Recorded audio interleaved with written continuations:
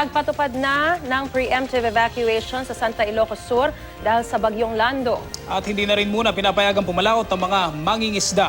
Mula sa Ilocos Sur, may ulat on the spot si June Veneracion. Oye, June.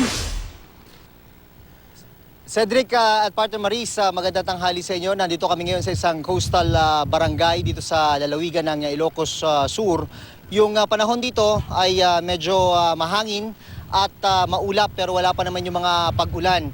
At ang itong buong probinsya nga ng Ilocos Sur ay nasa ilalim ng signal number 2 gaya na nabanggit ni Ginoong Nathaniel Cruz. Katunayan, itong mga bangka na nandito sa aking gilid, nilagay na ito sa safety dahil bawal na bawal ng mangisda yung mga banging isda rito. Hindi pa man naitataas yung public storm warning signal dito, Cedric at Maris, ay meron ng gale warning. Kaya isa yun niya sa mga basihan kung bakit hindi pinapalaot yung mga mangingisda. Although meron tayong nakikita dito sa mayakit kanang bahagi ng aming kinalalagyan, meron mga bangka dyan, medyo tumatawid. Hanggang dyan lang naman sa gilid yan. Minomonitor din sila ng maigi ng mga LGUs pero hindi sila pwedeng lumayo pa doon. So ang tanong dito, ano ba nangyayari pag ganitong panahon? Ano ang kinakabuhay ng mga nandito sa mga coastal area? Nagsishift sila, Cedric at Maris, napupunta sila yung iba sa construction, yung iba naman ay napupunta sa pagta-tricycle. Yan din yung nagiging cycle ng mga tao rito. Kanina, nasaksihan din natin yung pag-iikot ng mga ilang miyembro ng Philippine National Police dito sa aming kinalalagyan at sila ay nagbibigay paalala dun sa mga nakatira dito, sa mga mangingisda na bigyang konsiderasyon yung kanilang personal safety at iwasan ang pumalaot, magtiis-tiis na lang daw muna dahil lalampas at malalampasan din naman itong isa na namang kabanata ng kanilang buhay dito dahil itong area na ito ay madalas ding daanan ng bagyo. Itong lugar nga namin kinatatayuan dito sa bayan ng Santa, isa ito sa mga critical areas ng probinsya. At kahapon nga, ipinag-utos na ni Ilocos Sur Governor Ryan Singson ang preemptive evacuation sa mga critical areas dito sa kanilang lalawigan at kabilang nga niya dito yung bayan ng Santa. 66 families na yung mga nailikas mula sa bayan ng Burgos. Ang mga rescue team nila ay naka-red alert na mula pa yan kahapon. Ang mga rescue boat ay on standby na sa provincial capital at anytime kung kakailanganin ay ready for deployment yang mga yan. At gaya ng nabanggit ko, wala na naman tulugan ito para sa mga rescue team, sa mga membro ng PDRRMO dahil sila ay nakabantay at nakatutok sa sitwasyon ng mga nakatira dito sa kanilang mga tinatawag na critical areas ng lalawigan ng Ilocos Sur. Marisa, Cedric, balik sa inyo. Partner, matanong ko lang, no, linawin ko yung kaninang pinakita mo na video na parang seawall na nasira o yung mga bato-bato na sira-sira na. Ito ay epekto pa ng nakaraang bagyo at hindi ito epekto ng malalakas na alon so far sa paparating na bagyong etong si Lando.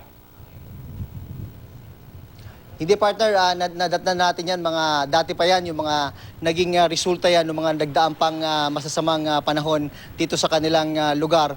Papakita ninyo dito sa aming kinalalagyan, papakita lang natin yung live signal, no, para makita lang na hindi pa naman ganun kasama yung sitwasyon dito. Pakita lang natin na maayos pa rin yung lagay dito, hindi pa naman malalakas yung alon, pero pag dumarating daw yung masamang panahon dyan, partner, talagang ang kwento ng mga nakatira rito, lumalampas yan dito sa seawall yung laki ng alon. At ang ginagawa nila ay nag-iintay sila ng advice mula sa local government units. At kapag yung advice na yon at communication na yun na-download na dito sa barangay level at agad silang lilipat at lilikas dun sa mas mataas na area doon sa may munisipyo. Pero sa ngayon ay nandito pa lang sila, nag-aantabay kung ano yung mga mangyayari at kung ano yung magiging advisory sa kanila ng local government unit, partner. Partner, gano'ng kalayo yung evacuation center mula dyan sa coastal area na yan? Dahil base nga sa sinabi mo, nasa 66 families pa lang yung inililipat.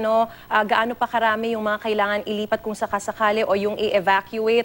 At kumbaga, kasi sa ngayon, preemptive evacuation pa lang pero hindi natin maaaring maliitin yung posibleng maaaring idulot ng bagyong ito, lalo pat sinasabi na may posibilidad ng storm surge, partner. Yung preemptive evacuation partner na order na nanggaling sa provincial government, ang sistema daw nila dyan ay yung mga LGUs, mga barangay level, municipal level yung magdadigest. Sila yung mag-a-assess kung kailangan ba dapat maglikas na dahil sila yung nakakaalam ng situation on the ground. Yung response time, partner, mula rito sa area namin, kung sakaling ibaba yung order na mag-evacuate na talaga at sumama yung panahon, hindi naman kalayuan dito yung partner, yung munisipyo. So wala magiging problema at naka-standby din naman yung mga rescuer nila at yung mga vehicle ng municipal government na pwedeng pumick up sa mga kailanganing ilikas mula rito sa coastal area na ito ng Santa Ilocos Sur. Yung kanina, partner, linawin lang natin, hindi po 66 families, hindi yun galing dito sa Santa Ilocos Sur, kundi dun sa isa pang bayan, yung bayan ng Burgos. Dahil dun sa bayan ng Burgos daw na yun, partner, medyo delikado yung lugar dahil landslide prone area yon, partner. Alright, malinaw yon, partner. Maraming salamat sa iyong ulat at ingat kayo dyan, June Veneracion.